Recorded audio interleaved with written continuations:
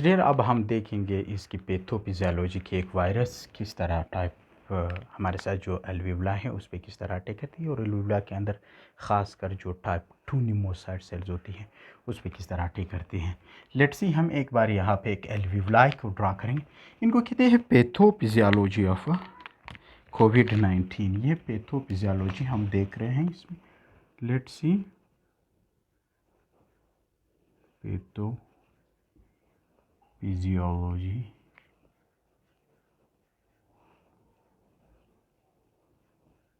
COVID-19, this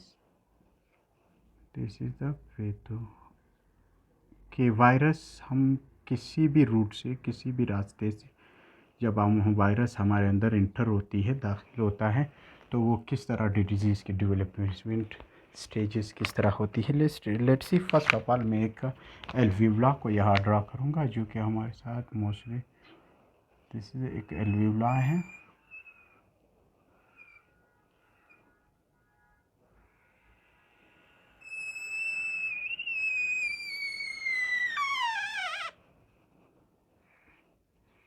A balloon-like structure which is known as a alveoli, जिसमें exchange of gases होता है, वो हम आज इसमें देखेंगे। इस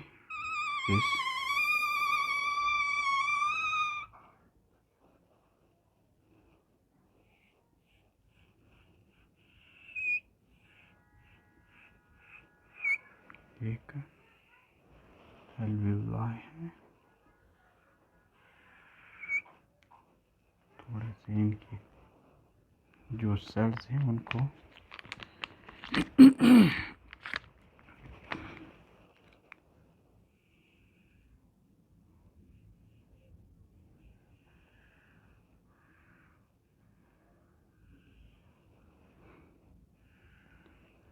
this is basically type 2 pneumocyte cell है, क्योंकि मैं लिख रहा हूँ।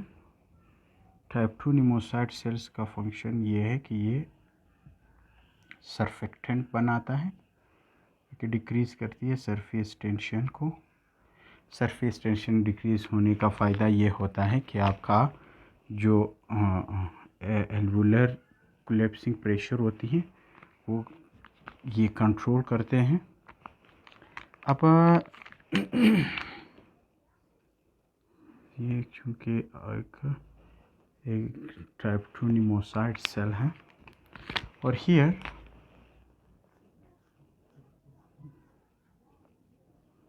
this is basically your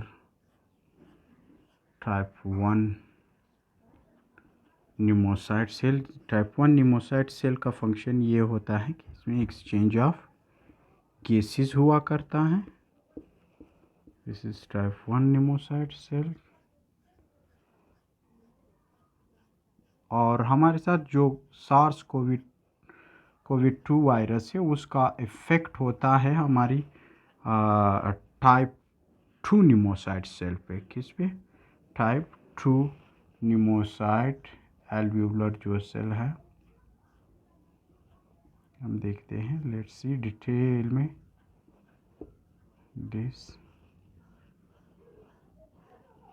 this look over here, this is your alveoli। यहाँ पे मैं एक एल्वियोलर ब्लड कैपिलरीज ड्रॉ कर लूँ। This is an alveolar blood capillaries हैं।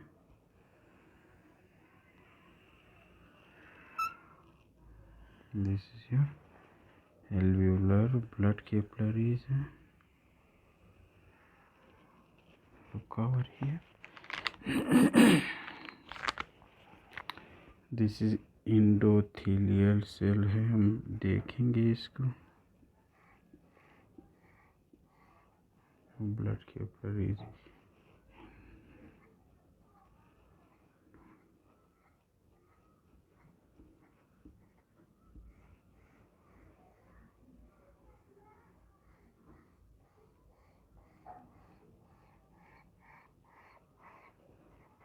look over here.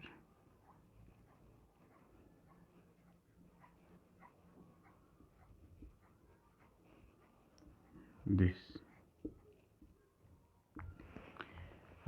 This is look here. अब हमारे साथ जब भी वायरस, ये जो हमारे साथ टाइप 2 निमोसाइड सेल हैं, इसके ऊपर एक प्रोटीन रिसेप्टर मौजूद होते हैं इनके ऊपर, क्योंकि अभी मैं बताऊंगा जब भी हमारे बॉडी पे कोई भी ड्रॉपलेट्स के ज़रिए जब वायरस इंटर होती है तो उसका फर्स्ट अटैक जो है वो टाइप 2 निमोसाइड्स होता है।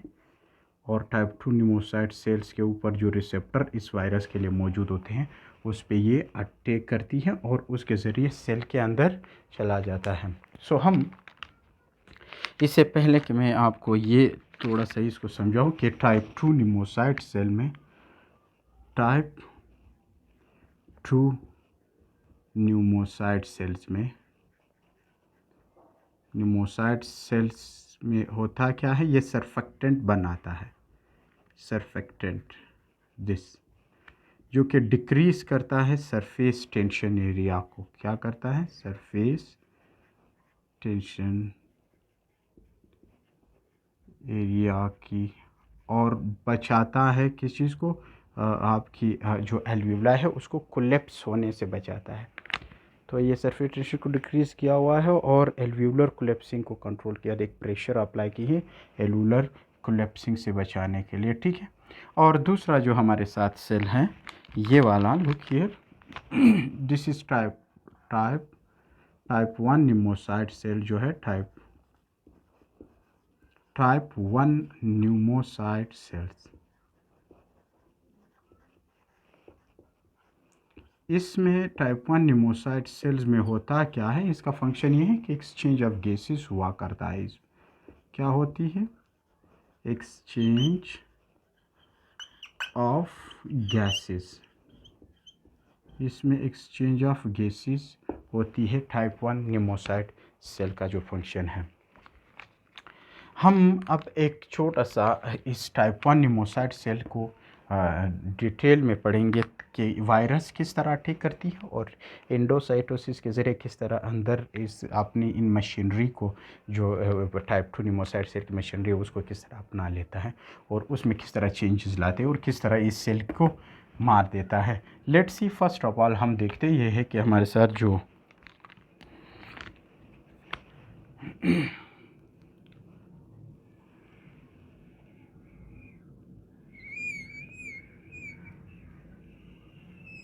एक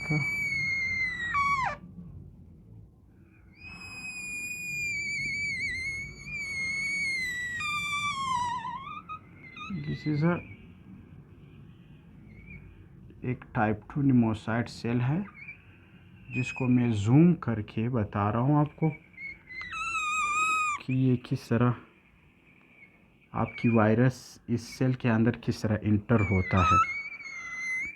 अच्छा, ये इसकी जो रेट ऑफ ट्रांसमिशन होती है, जो रिप्रोडक्टिव रेशियो होती है, रेट ऑफ ट्रांसमिशन, वो ऑलमोस्ट एक infected person can infect the 3 normal individuals. देखा ये गया है, ये भी आपको बताता चलूँ कि इसके ऊपर ये जो रिसेप्टर है, एक बार ये बता दूं, जिसके साथ आपकी वायरस बाइंड करती है, इसको कहते हैं ACE2 receptor, angiotensin converting enzyme 2 receptor मौजूद होता है। लुक हियर, इसके साथ ये जो हमारे साथ जो वायरस की स्पाइक प्रोटीन होते हैं, लुक हियर, ये इनके साथ किस तरह बाइंड करते हैं लोग। ये एक वायरस है, फर्ज कर ले, ये जो कि कोरोना का वायरस है, कोविड-19, सार्स कोविड, ये वायरस है, ठीक है। अब ये वायरस सेल के अंदर, हमारी जो टाइप 2 निमोसाइड सेल है उसके अंदर इस तरह नहीं आ सकती जब तक ये अपने इस रिसेप्टर के साथ बाइंड ना कर ले, ACE2 रिसेप्टर के साथ। और यहाँ पे एक और रिसेप्टर भी देखा गया है जो वेरी वेरी वो भी इम्पोर्टेंट है, लेकिन सबसे ज़्यादा जो है बाइंडिंग साइट जो होती है वो आपकी ये है। जो ये दो हैं इस वायरस के लिए, इसके साथ इस रिसेप्टर का नाम है, इस रिसेप्टर का नाम है जिसके साथ कोविड-19 वायरस बाइंड करती है, इसको बोलते हैं transmembrane serine protease type 2 receptor.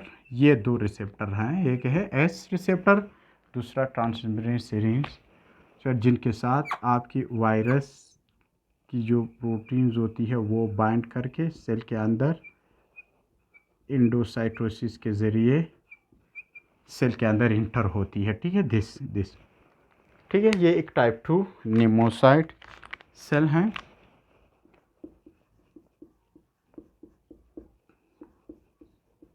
Pneumocyte sales पे किस तरह अटैक करती है वायरस। सबसे पहले लुक हियर, जब भी ये अटैक करता है ये वायरस बॉडी पे, तो ये अपना जब ये इंटर होती है थ्रू इंडोसाइटोसिस के ज़रिए, इंडोसाइटोसिस प्रोसेस के ज़रिए ये इंटर होती है हमारी टाइप 2 निमोसाइट सेल्स के अंदर। अब ये अपनी जेनेटिक मटेरियल्स छोड़ने लग जाता है। दिस अपनी जो पॉजिटिव सिंगल स्ट्रैंडेड आरएनए, इसकी जो जेनेटिक मटेरियल्स है ये छोड़ देता है हमारी सेल के अंदर। अब ये जाकर हमारी जो राइबोसोम्स होते हैं उस पे अटैक कर देता है, राइबोसोम्स के पास चले जाते हैं, क्योंकि राइबोसोम्स प्रोटीन सिंथेसिस की करती हैं। अब यही तो वो है ना वायरस की, कि वायरस जब भी बॉडी के अंदर इंटर होती है तो आपकी पूरी की पूरी मशीनरी अपना लेता है। यहाँ से ये अपना कोड दे देता है मशीनरी के, इस अपनी प्रोटीन्स की कोड्स देते हैं। दिस आपकी राइबोसोम्स बनाने लग जाता है पॉलीप्रोटीन्स पर्दा। आपकी जो राइबोसोम्स हैं, राइबोसोम्स क्या बनाने लग जाता है, अपने पॉलीप्रोटीन्स। आपको पॉलीप्रोटीन्स क्या है, आपकी पॉलीप्रोटीन्स अगर आपको याद हो, आपकी जो वायरस की स्ट्रक्चर में जो मुख्तलिफ़ किस्म के जो स्पाइक प्रोटीन हैं और आपके जो दूसरे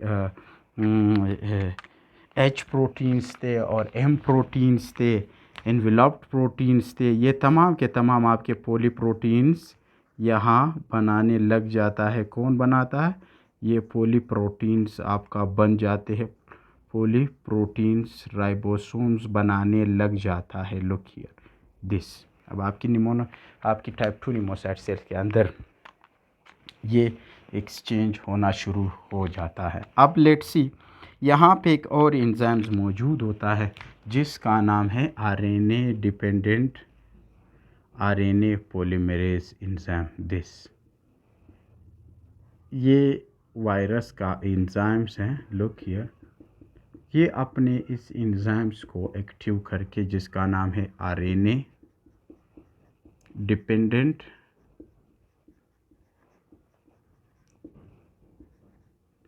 आरएनए पॉलीमरेज,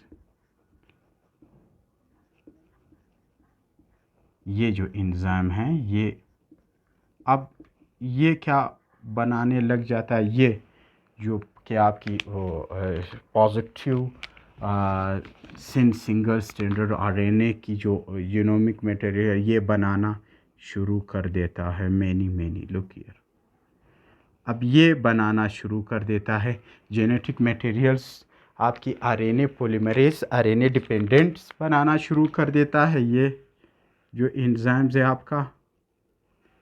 और और पॉलीप्रोटीन्स राइबोसोम्स बनाना शुरू कर देता है। अब इन पॉलीप्रोटीन्स पे जो यहाँ पे ये पॉलीप्रोटीन्स है ना, इनको कन्वर्ट करने लग जाता है, जो कि ख़ास इनके अपने स्ट्रक्चर की चीज़ों के लिए इनको उन पे एक दूसरा एंजाइम्स ख़ास अपनी वो जो ख़ास स्पेसिफिक प्रोटीन्स, जिस तरह स्पाइक प्रोटीन्स, इनविला प्रोटीन्स है, हीमोग्लूटेनिन प्रोटीन्स है, ये यहाँ पे एक दूसरा एंजाइम है जिसको प्रोटीएसिस एंजाइम्स कहते हैं, प्रोटीएज एंजाइम्स। ये इन पॉलीप्रोटीन्स को उठाकर जो ख़ास इसका जो स्पेसिफिक चीज़ें हैं वो बनाना शुरू कर देता है। लुक हियर, जो स्पाइक प्रोटीन है फॉर द दिस वायरस के लिए ये बनाना शुरू कर देता है। लुक हियर, ये जो भी वायरस की जो कोट वगैरह चीज़ें सब कुछ जो है वो बनाना शुरू कर देता है, आपकी सेल के अंदर बनती रहती है। ये कंप्लीट हो जाता है। ये प्रोसेस ट्रांसक्रिप्शन के ज़रिए, यहाँ पे ये ट्रांसक्रिप्शन के ज़रिए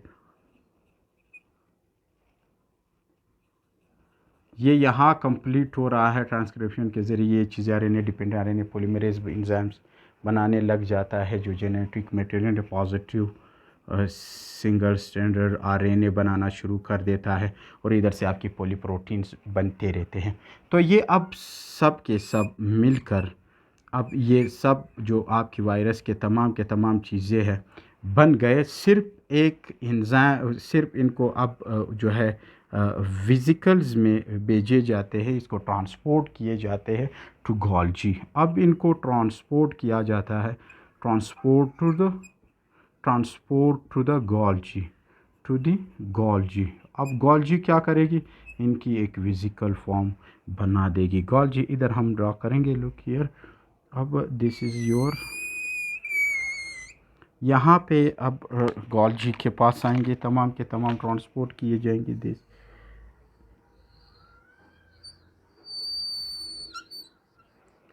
गोल्जी इनको उठाकर इनकी मिलाकर इनको पैक्ड कर देता है इनटू वेसिकल में इनकी पैकेजिंग करती है ये गोल्जी आपकी। कौन है ये गोल्जी?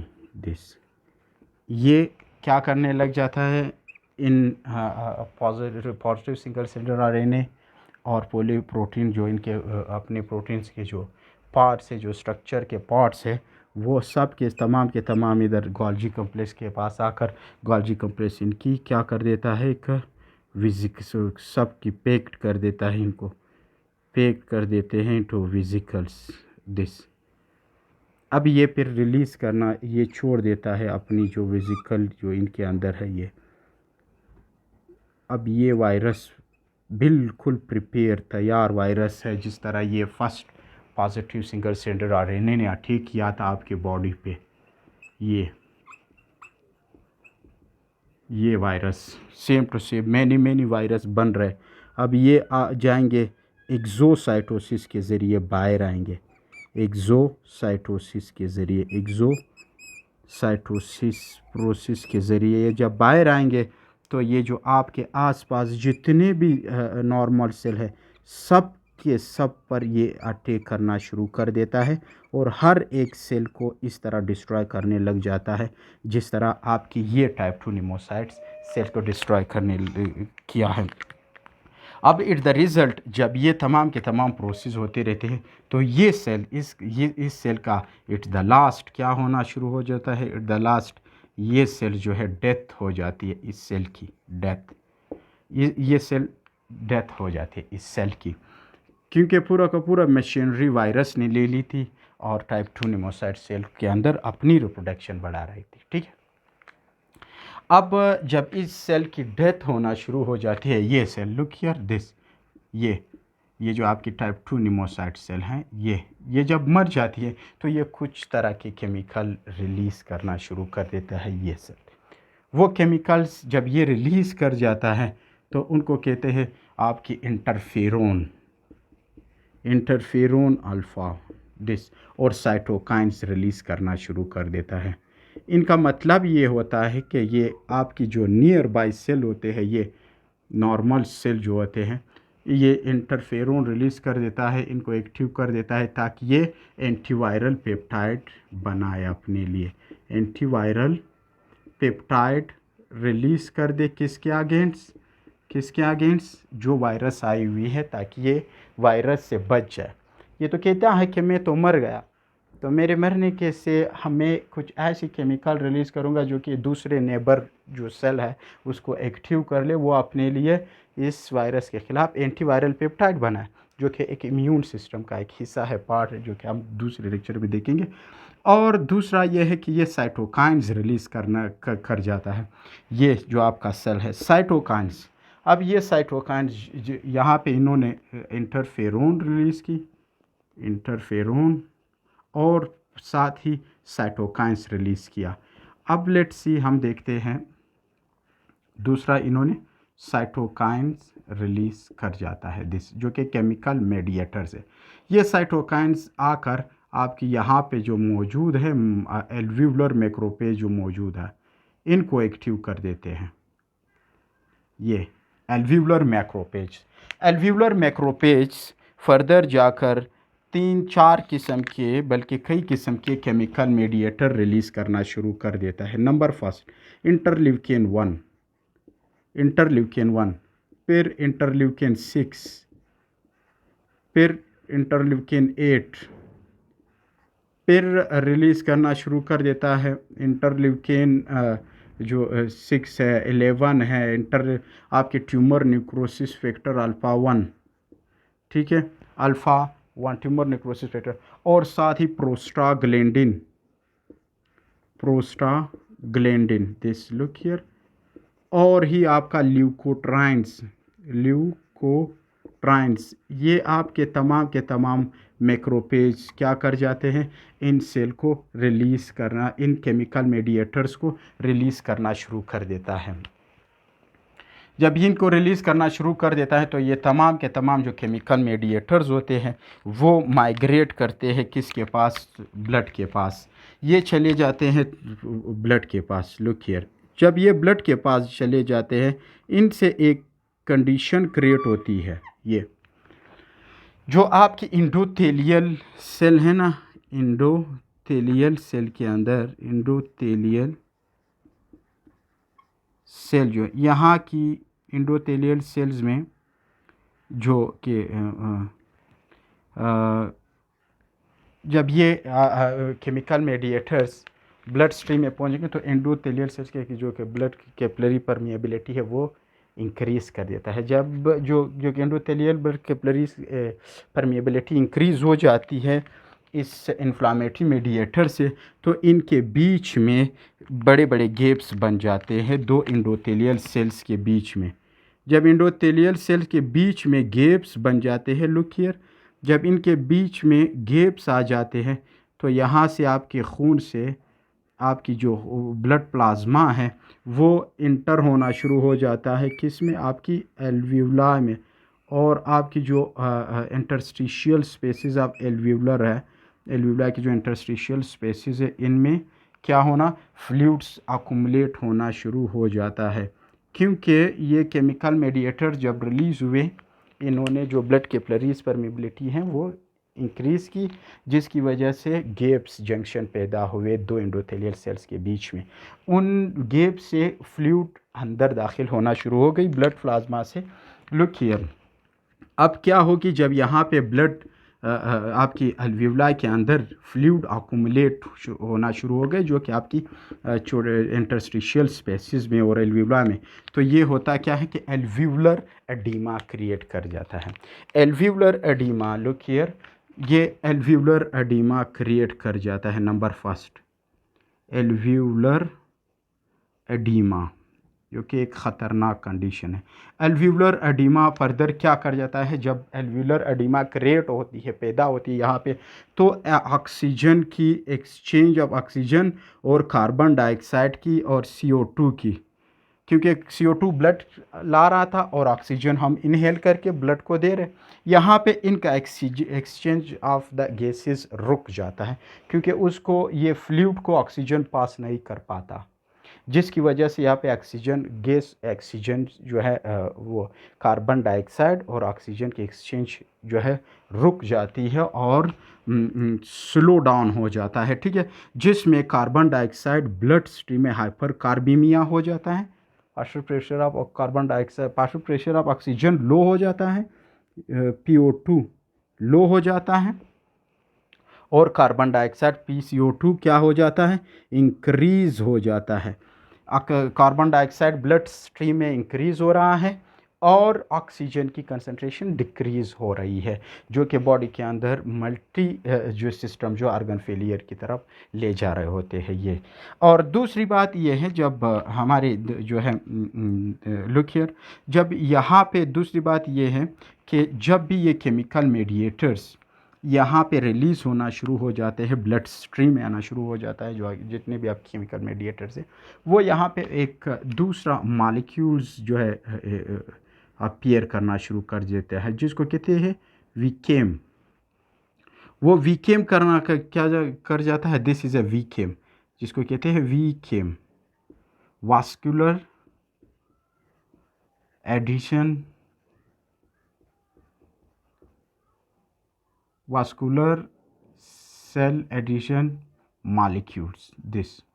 अब ये क्या करता है, ये वास्कुलर सेल एडिशन मॉलिक्यूल्स, ये आपकी जो ब्लड स्ट्रीम में जो न्यूट्रोफिल्स है ना, लुक हियर, ये जो आपके न्यूट्रोफिल्स हैं, इनको अपने साइड बाइंड करके अंदर ले जाते हैं दिस। यहाँ से आपकी जो न्यूट्रोफिल्स हैं वो इसके साथ मिलकर अंदर चले जाते हैं, ये आपकी न्यूट्रोफिल्स दिस। ये न्यूट्रोफिल्स अंदर आ जाता है, लुक हियर दिस हियर। जब न्यूट्रोफिल अंदर आ जाता है, आपकी अल्विवलाइस के अंदर आ जाती हैं, अल्विवलाइस के अंदर ये न्यूट्रोफिल्स आ जाता है। अब न्यूट्रोफिल्स क्या करेंगे, ये जो केमिकल मेडिएटर्स है ये इस न्यूट्रोफिल्स को एक्टिव करना शुरू कर देता है। जब न्यूट्रोफिल्स एक्टिव हो जाता है, ऑलरेडी एक्टिव तो है लेकिन इसको मज़ीद स्टिमुलेट कर देते हैं और ये एक केमिकल्स रिलीज़ करना शुरू कर देता है। आपकी जो ये आपका जो न्यूट्रोफिल्स है, ये न्यूट्रोफिल्स क्या रिलीज़ करना शुरू कर देता है, रिएक्टिव ऑक्सीजन स्पीशीज़ और proteases. Look here, proteases and reactive oxygen species. अब ये रिएक्टिव ऑक्सीजन स्पीशीज जो ये एक एक्सट्रीमली ख़तरनाक केमिकल्स होते हैं, ये बड़े ख़तरनाक केमिकल्स होते हैं for both type 2 and type 1 pneumocyte cells के लिए। ये जब reactive oxygen species protease release होना शुरू कर देते हैं न्यूट्रोफिल से, तो ये डिस्ट्रॉय करने लग जाता है पूरे के पूरे जो आपके नए टाइप 1 टाइप 2 निमोसाइट सेल्स होते हैं। असल में न्यूट्रोफिल समझता ये है कि मैं वायरल को वो किल कर रहा हूँ, लेकिन वो साथ साथ ही जो रिएक्टिव ऑक्सीजन स्पीशीज़ होते हैं, जो कि एक्सट्रीमली ख़तरनाक केमिकल्स होते हैं, ये क्या कर जाता है, ये अपनी टाइप 1 टाइप 2 निमोसाइट सेल्स की भी डिस्ट्रॉय करने लग जाता है। जब रिएक्टिव ऑक्सीजन टाइप 1 निमोसाइट जो है उसको सेल को डिस्ट्रॉय करने लग जाए, तो एक गैस एक्सचेंज जो है वो रुक जाती है। दूसरा टाइप 2 निमोसाइट से जो सरफेक्टेंट्स है वो ये भी मज़ीद सरफेक्टेंट जो है सरफेंटेशन एरिया जो है जो डिक्रीज़ थी अब इंक्रीज़ हो जाता है, जिससे जो एल्वियोला है वो कोलैप्स होना शुरू कर जाता है। एल्वियोलर कोलैप्स हो जाता है, लुक हियर, एल्वियोलर कोलैप्स होना शुरू हो जाता है, बिल्कुल एल्वियोलर कोलैप्स, क्योंकि सरफेस टेंशन एरिया जो था अब सरफेक्टेंट नहीं बनेगा, तो सरफेस टेंशन एरिया पहले डिक्रीज थे अब इंक्रीज़ कर जाता है, और जो प्रेशर ऑफ द जो कि प्रेशर थी आपकी कोलैप्सिंग प्रेशर को जिसको मेंटेन रखा था वो अब नहीं रहेगा, तो आपकी जो एल्वियोला है वो असल में इस तरह क्या होना शुरू हो जाता है, लुक हियर, इस तरह कोलैप्स होना शुरू हो जाता है, और तमाम के तमाम अक्यूमुलेशन ऑफ द जो आपकी डेड सेल्स होती है, डिब्रेस, ये चीज़ें सब कुछ यहाँ पे अक्यूमुलेट होना शुरू हो जाता है और एक्सचेंज ऑफ गैसेस बिल्कुल रुक जाता है। इसमें नंबर फर्स्ट आप देखो, एल्व्यूलर एडिमा से हुआ क्या कि एल्व्यूलर कोलैप्स हो जाती है। एल्व्यूलर उधर भी कोलैप्स हुआ, यहाँ से भी एल्व्यूलर कोलैप्स हुई। अब एल्व्यूलर कोलैप्स से क्या होगा, आपकी हाइपोक्सिया होना शुरू हो जाता है। ये हाइपोक्सिया फर्स्ट साइन और symptom, this look here, shortness of breathing this. तो इससे शॉर्टनेस ऑफ ब्रीथिंग शुरू हो जाता है पेशेंट का। ठीक है। दूसरी बात, यहाँ पे एक और, जब इन्फ्लामेटरी मीडिएटर जब ब्लड स्ट्रीम में आएंगे तो ये यहाँ पे एक ख़तरनाक कंडीशन और क्रिएट कर जाते हैं इन इन्फ्लामेटरी मीडिएटर्स की वजह से। वो क्या है, प्रोकोगुलेंट को एक्टिवेट किया जाता है। प्रोकोगुलेंट एक्टिविटीज़ को एक्टिवेट किया जाता है। प्रोकोगुलेंट एक्टिविटीज़ क्या होती हैं, प्रोकोगुलेंट इससे मुराद ये है यहाँ पे प्रोकोगुलेंट को एक्टिव कर दिया जाता है। प्रोकोगुलेंट एक्टिविटीज़ को इंक्रीज़ कर देता है, एक्टिविटी इंक्रीज़ हो जाता है। प्रोकोगुलेंट प्रोटीन जो है ये करना क्या करना शुरू कर देता है, यहाँ पे थ्रोम्बस बनाना शुरू करता है, ब्लड क्लॉट फॉर्मेशन, जो कि एक बहुत ख़तरनाक, एक्सट्रीमली ख़तरनाक कंडीशन होती है, pulmonary embolism. Look here, pulmonary embolism. और ये है कि एंटीकोगुलेंट एक्टिविटी डिक्रीज़ कर देता है।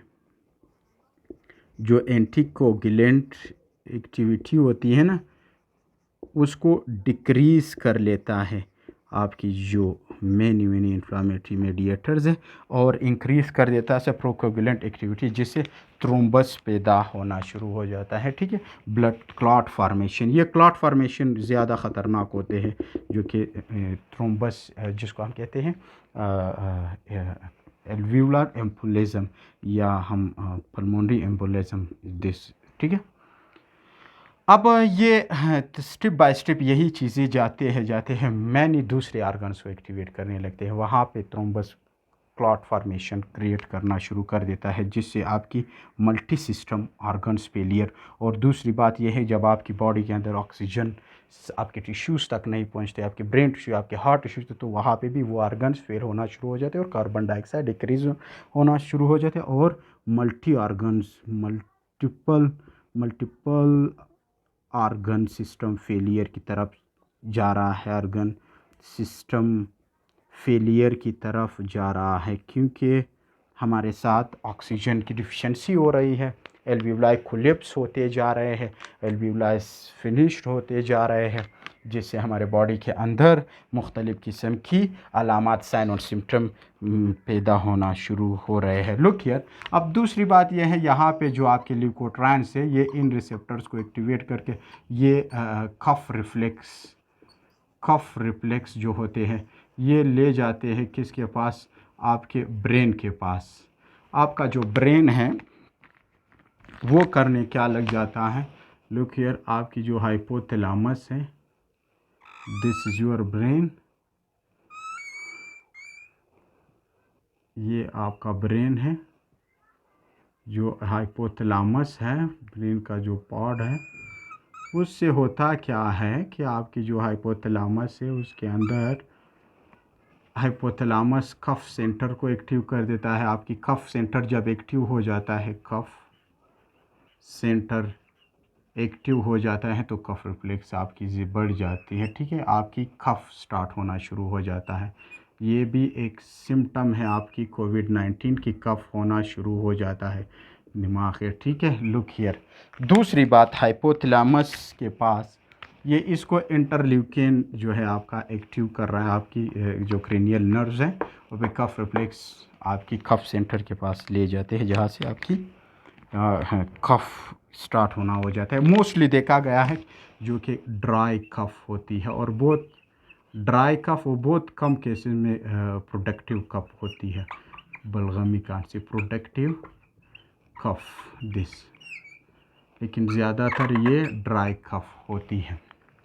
दूसरी बात, जब यही आपके केमिकल मेडिएटर्स ब्रेन हाइपोथैलेमस के पास पहुंचते हैं, हाइपोथैलेमस के पास पहुंचते हैं, तो हाइपोथैलेमस जो है, लुक हियर, वहाँ से हाइपोथैलेमस क्या करता है, हाइपोथैलेमस इंक्रीज़ करने लग जाता है आपके बॉडी के अंदर। लुक हियर, आपके फीवर, आपका दूसरा जो है पेन, फीवर, बॉडी में इन्फ्लामेशन, ठीक है, वो तो हो रहा है कि आपका इन्फ्लामेशन, कफ वगैरह वगैरह सब कुछ इंक्रीज़ होते जा रहा है दिस, ठीक है। ये इनके जो है आपकी साइन और सिम्टम में आते हैं, ठीक है। अब आ जाए हमारे साथ जो इनके साइन और सिम्टम होती है ये क्या होता है वो देखते हैं थोड़ा सा, लिहाजा इसकी साइन और सिम्टम। अच्छा, इससे पहले जो मैंने आपको बताया था कि इसकी रेट ऑफ जो है प्रेडेशन होती है, कि किस तरह रिप्रोडक्टिव रेशो क्या होती है, हमेशा याद रखना है इसका जो रिप्रोडक्टिव रेशो होती है ना, वो होता इस तरह है कि वो एक इंडिविजुअल, लुक हियर, ये एक इन्फेक्टेड इंडिविजुअल जो है, ये एक इन्फेक्टेड इंडिविजुअल जो है, ये अगर अगर इन्फेक्टेड है कोविड-19 से, तो ये फर्दर 3 लोगों को दिस क्या करेगा, इन्फेक्ट करेगा, 3 लोगों को इन्फेक्ट कर सकता है ये एक इंडिविजुअल, ठीक है। तो इसका रिप्रोडक्टिव जो रेट ऑफ स्प्रेडेशन है, स्प्रेडेशन ट्रांसमिशन रेट है, वो R3 है, ठीक है। दिस 2 से 4 के बीच में है, लेकिन 2 से 4 है, लेकिन उसके बीच में हम उस रेशियो को ले रहा है रिप्रोडक्टिव, जो कि 3 लोगों को, एक infected person can infect the 3 people, further 3 peoples, ठीक है। लुक हियर, अब हर एक जो इंडिविजुअल है, अच्छा, हर एक इंडिविजुअल जो है फर्दर 3 लोगों को जो है इन्फेक्ट कर सकते हैं। लुक हियर इस, हाँ, दिस, अब ये तीन वो, अब इनके बीच में कि इस बंदे से इसमें लगने के लिए कितना डेज लगेंगे, ये ऑलमोस्ट जो है जो देखा गया है वो ऑलमोस्ट 4 से, कहता है 4 से 7 डेज लगेंगे, लेकिन जो वो होती है ना, वो तकरीबन 4 डेज, मिसाल के तौर पर ये इन्फेक्टेड पर्सन, इसमें 4 डेज लगेंगे, ठीक है। और ये फर्दर जब इनको वो करेंगे, इन्फेक्ट करेंगे, इसमें भी 4, अब फर्दर ये हर एक जाकर मज़ीद 3 लोगों को इन्फेक्ट करना शुरू कर देते हैं दिस, जिसको हम कहते हैं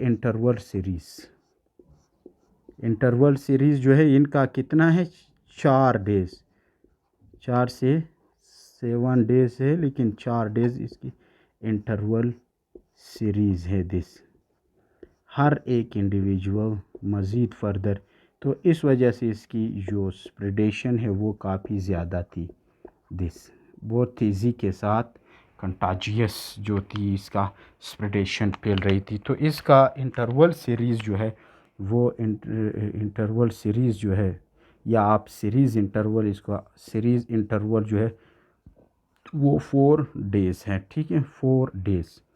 और इनका इंक्यूबेशन पीरियड जो है वो ऑलमोस्ट, जो इंक्यूबेशन पीरियड है वो 4 से 14 डेज़ हैं, लेकिन 21 डेज़ भी मोस्ट ऑफ द थ्योरीज कहते हैं 21 डेज़ तक ये इंक्यूबेशन पीरियड है इस आपकी कोविड-19 की। अब हम देखते ये हैं कि हमारे साथ इसके साइन और सिम्टम हम देख ले। साइन और सिम्टम इसके यहाँ पे मैं बताऊँगा आपको, sign and symptom. Look here इसका साइन एंड सिम्टम क्या हो सकता है। लुक, साइन और सिम्टम्स, नंबर फर्स्ट साइन और सिम्टम, इसमें सोर थ्रोट हो सकती है। So let me draw on another color this, sore throat हो सकती है क्योंकि ये रिस्पायरेटरी ड्रॉपलेट्स के ज़रिए सबसे पहले आपकी जो सॉर थ्रोट होती है ना, जो आपकी टॉन्सिल्स होते हैं उनके साथ वो पकड़ लेते हैं और वहाँ पे इन्फेक्शन क्रिएट कर जाता है। फिर फर्दर ये इसमें होता है फीवर, हेडेक और फिटीग। लुक हियर, फिटीग होती है, फिटीग के साथ साथ आपका कफ होता है,